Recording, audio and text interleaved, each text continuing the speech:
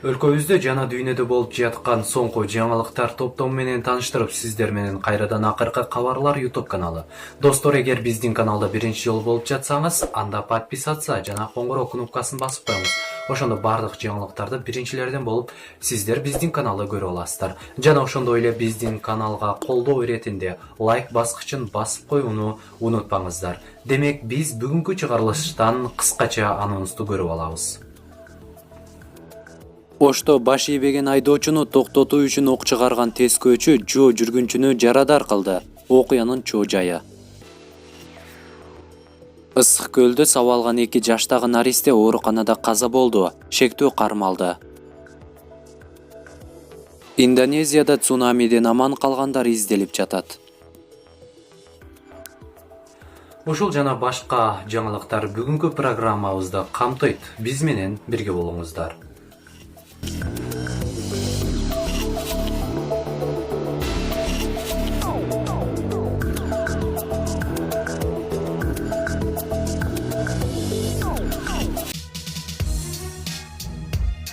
Индонезиянын бийлиги маалымдагандай, бүгүнкү күнгө карата цунами курмандыктарынын саны 281ге жетти. Дагы 1000ден ашуун киши жабыркады. Кеминде 50дөй адам дайынсыз деп эсептелүүдө. Жаратылыш кырсыктарынын алдын алуу боюнча агенттиктин расмий өкүлү Сутопо Нукрохонун айтымында, урандылардын алдында жана арасында али адамдар бар деп болжолдонууда.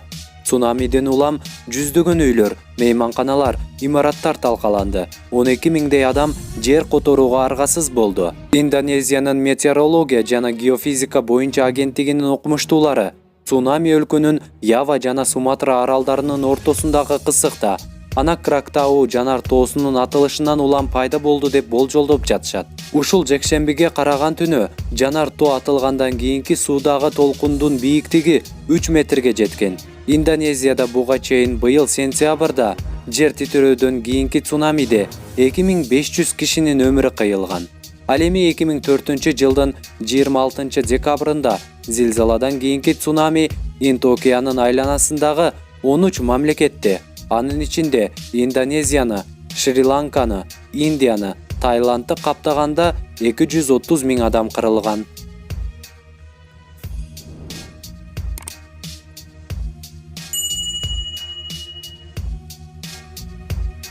Ош шаарында эреже бузган айдоочуну токтотуу үчүн ок чыгарган милиция кызматкерлери Жо жүргүнчүнү жарадар кылды.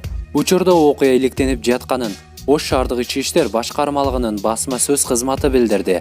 Маалыматка караганда, кече 23-декабрда саат 11:30 чамасында Ош шаардык ички иштер башкармалыгынын жол кыймылынын коопсуздугун камсыздоо бөлүмүнүн тескөөчүлөрү кызматтык милдеттерин аткаруу учурунда кара түстөгү Mercedes-Benz үлгүсүндөгү унаа бардык терезелерин толугу менен караңгылатып жүргөнүн көрүшкөн. Тескөөчүлөр аталган айдоочуга унааны токтотуу үчүн белги беришкенде, ал катуу ылдамдыкта өтүп кеткен. Унаанын артындагы мамлекеттик белгилери да жок болгон. Бул окуя боюнча жол кыймылынын коопсуздугун камсыздоо бөлүмүнүн кызматкерлери тиешелүү багыттама жарыялашкан. Ошол эле күнү болжол менен саат 17:30 чамасында аталган автоунаа жогорудагы кызматкерлер тарабынан Ош шаарынын Ленин көчөсүндө табылып, аны токтотууга аракеттер көрүлгөн. Айдоочу кайрадан токтобой, жолдун каршы тилгесине чыгып, жарандардын өмүрүнө коркунуч, авариялык кырдаал жаратып, катуу ылдамдыкта кетип калган. Кызматкерлер кызматтык унаа менен айдоочунун артынан Исанов көчөсүндө жайгашкан Народный дүкөнүнүн алдына чейин барып, унаа менен алдын туруп токтотушкан. Инспектор милициянын сержанты токтотулган автоунаага бара жатканда, айдоочу унааны милиция кызматкерин көздөй айдаган. Инспектор качууга аракет жасаган, бирок унааны анын оң бутун тепселеп кеткен. Ал эми айдоочу унаасы менен качып жөнөгөн. Аны тез арада токтотуу максатында милиция кызматкерлери артынан түшүп, Ош шаарынын Сүйүнбаев көчөсүнө жеткенде кууп жетип, токтоону талап кылышкан. Бирок айдоочу жолун уланта берген. Милиция кызматкерлери унааны токтотуу максатында табелдик куралы менен унаанын алдыңкы дөңгөлөктөрүнө карата ок чыгарган. Аталган ок автоунаанын алдыңкы сол тарабындагы дөңгөлөктүн үстүнө тийип, андан кайып өтүп, жол четинде бара жаткан Ош шаарынын 1961-жылы туулган тургунуна тийген. Ок жөө жүргүнчүнүн баш сөөгү менен баш терисинин ортосуна туруп калган. Жөө жүргүнчү менен бутунан жабыркаган кызматкер Ош шаардык ооруканасына жеткирилип, тез жардам көрсөтүлгөн. Учурда алардын өмүрүндө коркунуч жок. Учурда бул факты боюнча күбөлөр суралып, кылмыш жаза кодексинин 341-беренесинин 1-бөлүгүнүн бийлик өкүлүнө карата зомбулук көрсөтүү негизинде кылмыш иши козголуп, тийиштүү экспертизалар дайындалды.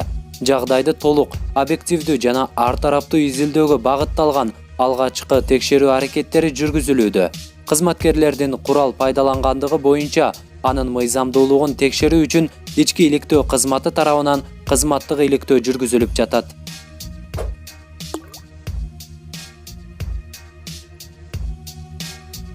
Ысык Көл облусунун Жети Өгүз районунда 2 жаштагы баланы өлтүрүү сабап салышты.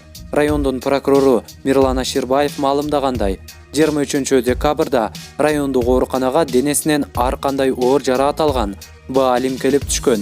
Бир аз убакыттан кийин ал каза болуп калган. Баланы апасы туугандарына таштап, өзү Москвага иштөө үчүн кеткен. Баланы өлүмүнө шектүү делип, 1978-жылы туулган Алина кармалып, ал убактылуу кармоочу жайга киргизилди.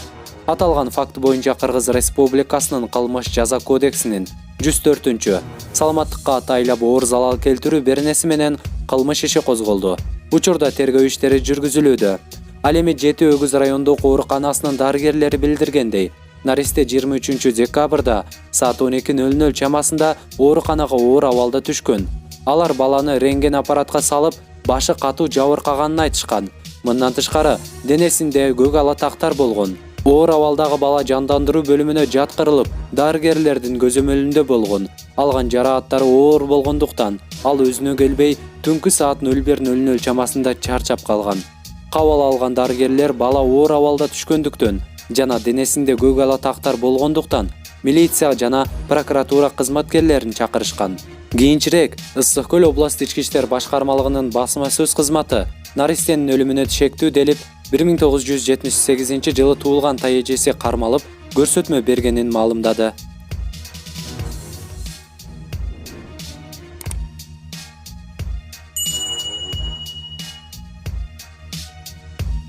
'Улуттук коопсуздук боюнча мамлекеттик комитет Кыргызстанда Кытай жарандарынын укук бузган иш-аракеттери тууралуу социалдык тармактарда түрдүү маалыматтар жайылтып жаткандар боюнча текшерүү жүргүзүүдө. Ушул багытта чагымчыл кабарларды жайылткан бир катар адамдар аныкталып, түшүндүрүү иштери жүргүзүлүп жатат. Бул тууралуу атайын кызматтын басма сөз кызматы кабарлады. Деструктивдүү күчтөр атайын материалдарды даярдап таратып, коомчулуктун оюн башка нукка буруп, Кыргызстандагы кырдаалдын туруктуулугун бузуу максатын көздөп жатышат, деп жазылган мекеме тараткан маалыматта. УКМК сөз болуп жаткан бир катар материалдардын арасында 2015-жылы Казакстанда мыкаачылык менен өлтүрүлгөн 6 жашар кыздын тартылган видеосу бар экенин, бул иш боюнча күнөөлүүлөр кармалып, соттолгонун билдирди. Ошону менен катар атайын кызматтын мыйзамсыз иш-аракеттерге курал болуп, кылмыштуу күчтөргө көмөкчү болбоо зарыл экенин эскертүүдө. Маалыматта улут аралык, расалык, диний же аймак аралык кастыкты козутууга, улуттук ар-намысты басмырлоого багытталган иш-аракеттер мыйзам чегинде жазага тартылаары да белгиленген.